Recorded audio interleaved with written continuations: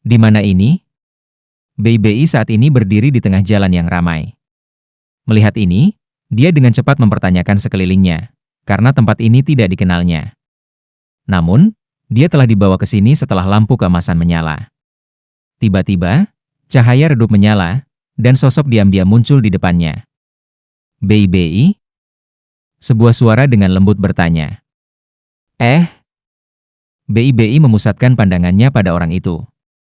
Yang dia lihat hanyalah wajah tersenyum dan tampan. Dia tidak bisa menggambarkan perasaannya ketika dia melihat siapa itu. Orang ini memiliki rambut biru langit yang panjang, mengalir, sementara mata biru mereka mengandung tatapan sedalam dan tak terbatas seperti lautan. Dia mengungkapkan senyum lembut di wajahnya yang membuatnya tampak sangat dapat diandalkan. Ikuti aku. Orang itu perlahan berbalik. Hanya dalam satu langkah, dia sudah bergerak lebih dari 10 meter ke depan. Meskipun Bei tidak tahu apa yang sedang terjadi, dia sangat jernih bahwa dia dalam ilusi lembah peminta cinta Yin Yang. Dia dengan cepat mengikuti orang yang baru saja muncul. Pria itu tidak berjalan terlalu cepat atau terlalu lambat, dia bergerak dengan kecepatan yang bisa dia ikuti dengan nyaman.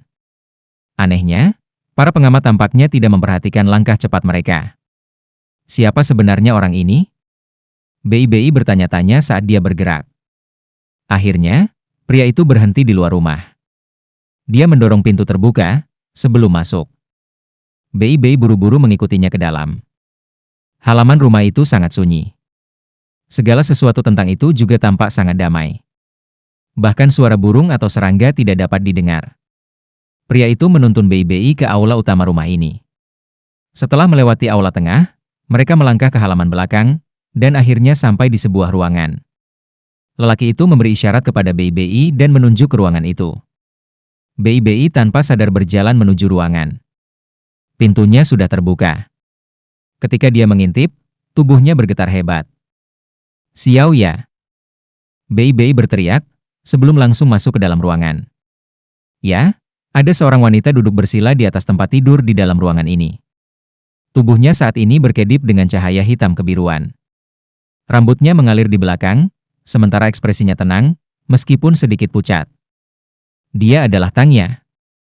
Xiao Ya! Bei menyerbu ke arahnya dan mengangkat tangannya untuk meraih bahunya. Namun, dia hanya menangkap udara. Setelah beberapa saat, Bei terpana menyadari bahwa tangannya telah menembus tubuh Tang Ya. Mengapa? Kenapa aku ilusi? Xiao Ya! Bei, yang biasanya tenang dan halus, mulai mengalami curahan emosi. Dia ingin memeluknya. Dia ingin memeluk tubuh langsingnya, memeluknya, dan menggunakan panas tubuhnya untuk menghangatkan tubuh sedingin esnya. Segala sesuatu di sekitarnya tiba-tiba sedikit berubah. Tang Ya secara bertahap menghilang, diikuti oleh rumah menghilang, dan akhirnya semua yang ada di sekitarnya menghilang. Setelah ini, bunga merah muda besar dengan aroma bunga yang menyegarkan memasuki visi Bei. Bunga ini berubah menjadi lingkaran cahaya sebelum menyebar. Setelah ini, ia melihat bola biru berkilau dan sejernih kristal menggantikannya. Itu tampak seperti memiliki perpanjangan kristal, namun sepertinya itu memiliki daun juga. Segala sesuatu di sekitarnya berubah ilusi lagi. Gelombang pusing yang kuat melanda Bei, dan dia kehilangan kesadaran. Oh, kenapa aku di sini? Bukankah tempat ini sudah hancur? Hichaito tercengang ketika dia melihat sekelilingnya. Lingkungannya dipenuhi dengan logam. Ada cahaya dan bau logam, yang membantunya segera mengenali bahwa ini adalah Institut Penelitian Bawah Tanah dari Illustrious Virtue Hall. Baik dia dan Huo Yuhao pernah menghabiskan waktu lama di lembaga penelitian ini. Namun, itu benar-benar kosong sekarang. Keluar, Suhi, sebuah suara seram bergema. Saat dia mendengar kata-kata, Suhi, Hichaito bergidik. Dia dengan enggan berbalik ke arah suara itu. Dia melihat Su Tianran, yang perlahan datang mendekatinya di kursi rodanya. Su Tianran mengenakan ekspresi menyendiri di wajahnya, dan beberapa pria bertopeng hitam mengikutinya. Mereka semua mengungkapkan aura kuat dari tubuh mereka. Hichaito perlahan berdiri. Pada saat ini, dia sangat tenang. Su Tianran tersenyum dan berkata, "Aku yakin kamu tidak mengharapkan ini, kan? Suhi, kita sebenarnya bertemu dalam keadaan seperti itu. Aku tidak berharap bajingan sepertimu bisa selamat." Hari ini, kita benar-benar dapat mengejar ketinggalan sebagai saudara. Bagaimana kabarmu selama ini? Sebagai kakak laki kamu, aku benar-benar tidak merawat kamu dengan baik. Hichaito menggertakkan giginya dan berkata, Sutianran, aku akan membunuhmu. Begitu dia berteriak, dia sepertinya lupa bahwa dia adalah seorang insinyur jiwa, dan melompat langsung ke arah Sutianran. Sutianran memasang ekspresi menghina di wajahnya. Dia mengangkat tangannya dan Hichaito terlempar ke udara, menabrak meja tempat di belakangnya. Ketika dia mendarat, dia kesakitan luar biasa, dan bahkan tidak bisa berdiri lagi. Kamu akan membalas dendam sendirian? Seluruh Sun Moon Empire berada di bawah kendali aku sekarang. Ya, seorang anak lelaki harus membayar hutang ayahnya, tetapi itu mencakup kemampuan untuk melakukannya terlebih dahulu. Ayah aku kejam ketika dia membantai seluruh keluarga kamu. Aku masih ingat dengan jelas bagaimana dia menusuk adik perempuan kamu dengan tombaknya. Pandangan putus asa dan menyedihkan di matanya. Namun, apa yang bisa kamu lakukan? Apa yang bisa kamu lakukan sebagai kakak laki-lakinya? Bisakah kamu menyelamatkannya? Kamu tidak bisa. Kamu tidak memiliki kemampuan, benar kan? Sebenarnya, tidakkah kamu berpikir bahwa hidup lebih menyakitkan daripada mati? Kamu telah membawa kebencian ini selama bertahun-tahun. Seberapa melelahkan harusnya hidup kamu? Itu akan lebih baik jika kamu mati. Semuanya akan berakhir ketika kamu mati. Ayahmu bodoh. Dia ingin mempertahankan perjanjian sebelumnya, tetapi tidak mau meningkatkan pengembangan alat jiwa dengan mengubah produk eksperimental menjadi senjata, atau memulai perang dan mendapatkan kembali apa yang menjadi milik Kekaisaran Sun Moon. Dia tidak cocok menjadi kaisar. Meskipun aku tidak begitu puas bahwa ayah aku sudah hidup begitu lama, aku harus mengakui bahwa dia telah berhasil. Mengganti ayahmu adalah pencapaian terbesar dalam hidupnya, dan itu telah membereskan semua rintangan di depanku. Masa depan benua Douluo adalah milikku, Sutianran. Itu milik Kekaisaran Sun Moon. Setelah aku menaklukkan benua ini, aku akan mengubah namanya menjadi Sun Moon Continent. Aku ingin kata-kata, benua Douluo, lenyap sepenuhnya dari dunia ini. Semakin banyak Sutianran berbicara, semakin fanatiknya dia. Dia tampak persis seperti penjahat jahat saat dia duduk di sana. Hichaito berjuang dari tanah, matanya sudah benar-benar merah. Kebencian yang selalu dia tekan telah sepenuhnya dilepaskan pada saat ini. Dia mengeluarkan raungan binatang buas, sebelum menyerang Sutianran lagi seperti harimau gila. Sutianran tidak terganggu dengan ini sama sekali. Dia mengangkat tangannya sekali lagi dan melemparkannya kembali sekali lagi. Mati. Sekarat akan mengakhiri segalanya. Sayang sekali kamu tidak akan bisa melihat seberapa makmur benua Sun Moon di masa depan. Ketika kamu mencapai akhirat, ingatlah untuk memberitahu ayah kamu yang sudah meninggal bahwa penguasa yang tidak tahu cara menyerang tidak layak menjadi ayah. Mintalah dia untuk bertobat di sana. Hichaito berada di bawah tekanan besar sekarang, tetapi sebuah suara tiba-tiba menjerit, "Tidak! Aku tidak akan membiarkanmu menyakitinya," dan sosok lembut tiba-tiba muncul di depannya. Hichaito melihat 2 cincin jiwa kuning, 2 ungu, 4 hitam dan 1 merah, yang sangat menyilaukan. Xiao Xiao, kapan Xiao Xiao menjadi Douluo berjudul? Saat ini, Xiao Xiao tampaknya sudah dewasa, dan sosoknya menjadi lebih ramping. Dia tampaknya memiliki aura heroik yang lebih besar dan keanggunan yang lebih dewasa tentang dirinya sekarang. Begitu dia mengangkat tangan kanannya, seberkas cahaya gelap keemasan menyilaukan turun dari langit. Tiba-tiba, semuanya mulai bergetar. Sinar cahaya keemasan gelap itu mirip dengan meteor yang sangat besar yang melanda Sutianran dan orang-orang bertopeng di belakangnya. Ledakan. Sinar cahaya meledak dengan kekuatan yang menghancurkan bumi. Ledakan yang mengerikan mengubah segala sesuatu di sekitarnya menjadi bubuk. Aula kebajikan terkenal menghilang. Semuanya menghilang. Satu-satunya yang tersisa adalah depresi besar yang tersisa, serta jeritan tragis yang ditinggalkan oleh Sutianran dan para pria bertopeng. Hichaito linglung saat dia memandang Xiao Xiao. Rasa sakit fisik yang dia rasakan sepertinya telah menghilang. Pada saat dia merangkak, dia sudah berbalik. Chaito. Air mata mengalir di wajahnya, berkilau di bawah iluminasi cincin jiwanya. Kenapa kamu begitu konyol? Kenapa kau tidak memberitahuku tentang kebencian di hatimu? Mengapa kamu tidak membiarkan aku berbagi beban kamu? Apakah aku bukan istrimu? Xiao Xiao? Menipu.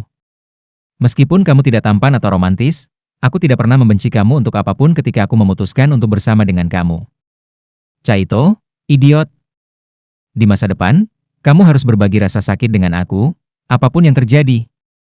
Musuhmu akan menjadi musuhku.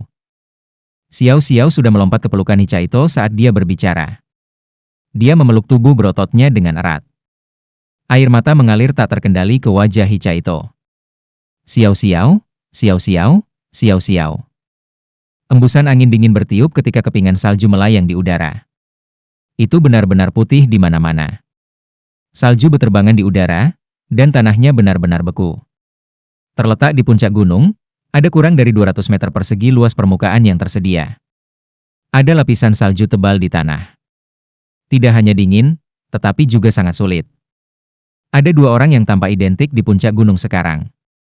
Mata dan rambut mereka biru pucat, dan mereka berdua sangat menggairahkan. Di mana ini? Wang Dong'er sedikit bingung ketika dia melihat Wang Qiwer di seberangnya. Wang Qiwer sepertinya telah merasakan sesuatu. Dia tampak sangat galak saat dia memindai lingkungan mereka. Ini adalah lokasi petualangan ketulusanmu, pertarungan terakhir di puncak-puncak sedingin es ini.